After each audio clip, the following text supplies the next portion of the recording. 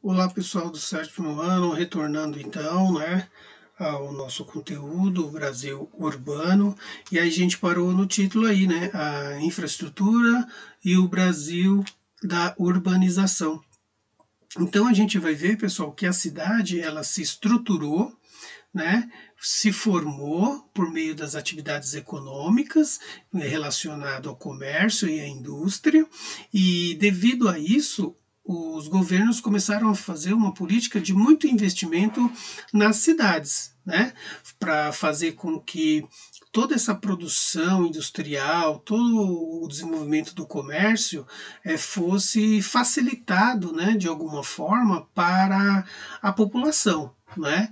E assim atrair também empresas para poder se instalar no nosso país, nas nossas cidades, né?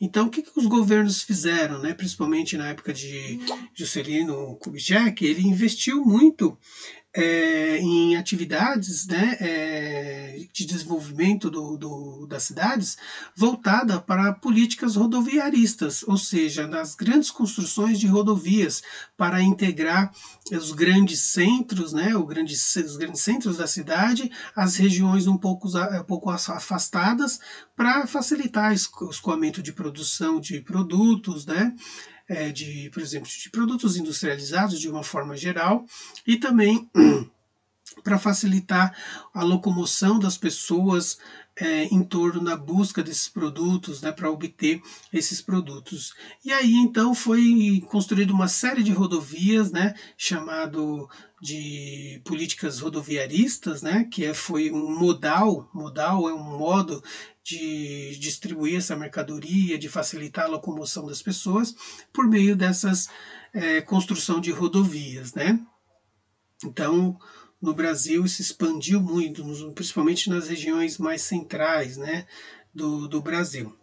Bom, e aí depois a gente tem, devido a isso, a grande expansão das rodovias, a gente vai adotar a matriz de transporte no Brasil, que vai ser o rodoviário, ou seja, para tudo vai ser feito, né, vai ser utilizada a rodovia para todo tipo de transporte, né, de, de objetos, né, de produtos industrializados e também a locomoção das pessoas, né, vai ser tudo feito por meio de ônibus, de carros, né, e no caso mercadorias de caminhões, certo? Bom, então, a prioridade era o sistema rodoviário de transporte no Brasil, seja de cargas ou de pessoas, de mercadorias ou de pessoas. Então, a gente vê aqui a matriz de transporte de cargas, que está baseada, né, nesse gráfico aqui, né, onde a gente vê o rodoviário com grande expressão, depois o ferroviário, né? Depois os outros vêm na sequência. E aqui é a matriz de transporte de passageiro. Olha como que é o rodoviário, ele ocupa 95,5% de usuários, né? Sistema rodoviário, enquanto os outros é bem mais baixo, né? Então a gente observa aqui, né, nessas imagens, algumas nas regiões mais centrais são as melhores rodovias, né, nos grandes centros urbanos, enquanto nos centros menores, mais distantes, né, dos grandes centros, a rodovia praticamente nem existe, é de barro, é de terra, né? Então a gente tem o transporte rodoviário, também temos, né, apesar de tudo, né, que a rodovia é muito utilizada, temos o transporte ferroviário também, só que não tem tanto investimento como no rodoviário, né? O transporte ferroviário, ele tem 30 mil quilômetros apenas de linhas férreas, se tratando do tamanho do Brasil, é muito pouco, né? Então, está muito abandonado, muito sucateado, né? Temos o transporte fluvial, que em algumas regiões funciona bem, na região norte, onde tem muitos rios, né? O transporte de mercadorias é feito, né, por meio do transporte fluvial, só que em outras regiões onde tem rio não é navegável, né, devido ao relevo desses rios. Transporte aéreo, né? O transporte aéreo também existe, né? Só que em pouco, né? Em baixo uso, né? Pela população e pelas empresas, né? Devido também ao custo que é muito alto, né? O transporte de mercadorias, de passageiros, né? Por avião. Depois temos aí o que vai constituir também no desenvolvimento da cidade são os meios de comunicação, as redes de comunicação, tanto aquelas voltadas para a televisão, rádio, né, e também como internet.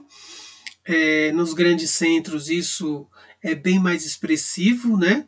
Nos pequenos centros nem tanto, basta ver aqui no mapa que o acesso, né, à linha telefone fixa nas regiões ela não é uniforme, né?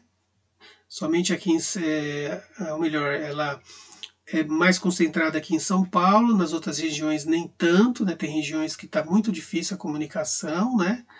E em relação aqui à internet, o uso da internet, a expansão que teve, que está tendo, na verdade está ainda, né, devagar essa expansão da internet. A gente observa que não é igual entre as regiões, né? Bom, e aí a gente vê que no Brasil, então, por causa dessas diferenciações de desenvolvimento das cidades, a gente vê que existe cidades mais desenvolvidas, cidades mais projetadas, mais elaboradas, né, e outras nem tanto. Então a gente observa que as grandes cidades, tidas como metrópoles, são essas que têm o maior desenvolvimento, tanto na questão industrial, desenvolvimento na área de telecomunicação, né? Ou seja, principalmente é uma região onde abarca muitas indústrias, né? Muitos trabalhadores, né? Atrai muitos trabalhadores, né? Então a metrópole, que é a grande cidade, ela tem uma melhor condição. O outro detalhe também é as características voltadas para o sistema de transporte, fluxos de pessoas, de serviços, né, como por exemplo hospitais. Então essas cidades, essas metrópoles, elas são muito modernizadas, né, no caso, né?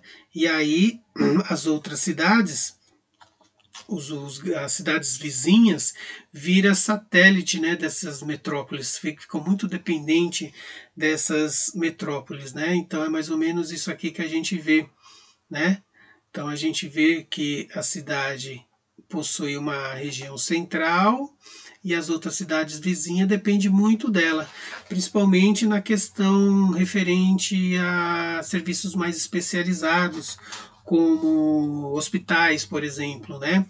Por exemplo, se a pessoa for querer se tratar de câncer, ela vai ter que ir para um grande centro, de um hospital grande, para poder se tratar. Então, por exemplo, a pessoa em Santo André, ela vem para São Paulo. A pessoa, às vezes até de outro estado, vem para São Paulo, né? E aí,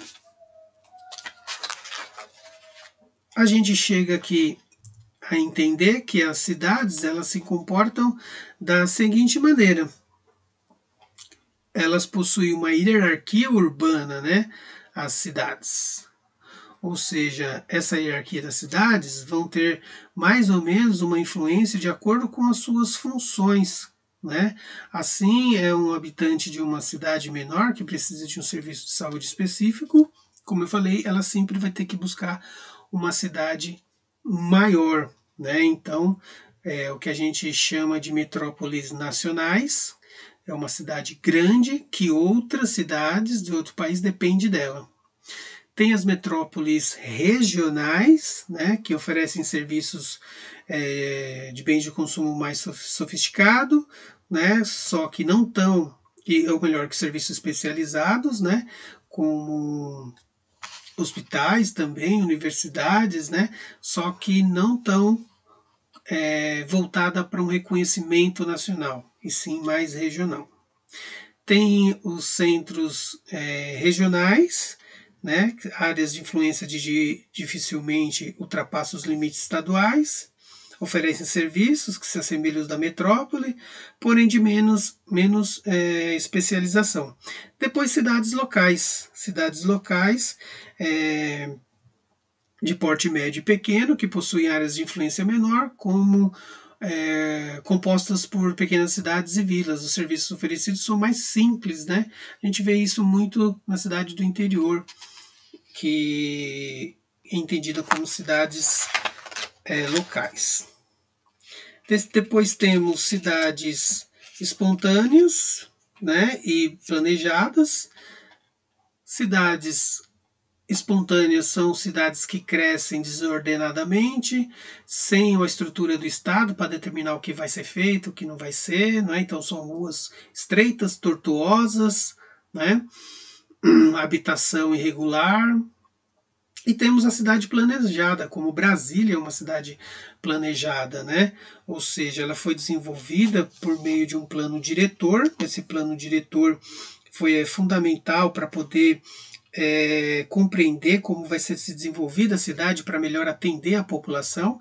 Então vai ser feito de uns parâmetros onde vai ter ruas largas, quadras, né, loteamentos feitos por meio de quadras, né, onde vai ter todo um complexo arquitetônico voltado para uma melhor estrutura para poder atender as pessoas. Então as construções vão passar por um projeto, né, específico, por engenheiro, por arquitetos, né, que vai dar todo esse caráter de qualidade de vida para as pessoas.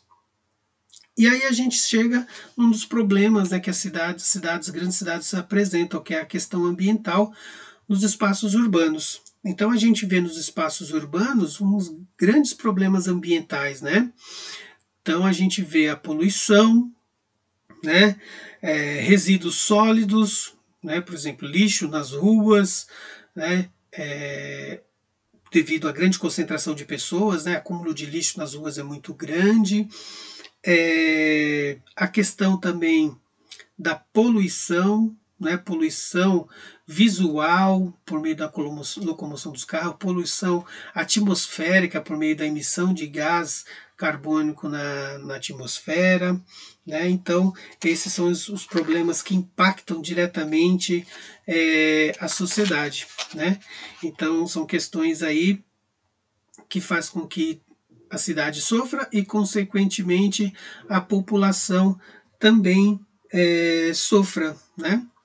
E aí a gente vê também a questão da poluição hídrica, né? Poluição de rios, onde não há na cidade planejamento e saneamento básico, né? A gente vê os esgotos correndo tudo pelos rios que cortam a cidade. Um exemplo aqui na nossa cidade é o Rio Tietê, né? Sofre com toda essa questão, né? E isso gera um impacto também na saúde das pessoas, porque muitos têm contato com esse lixo, contato com essa poluição e sofrem com o surgimento de inúmeras doenças. Bom, tudo bem, gente? Então é assim que se constituiu a cidade. Espero que vocês tenham gostado. Façam as atividades no Vindimo e até a próxima.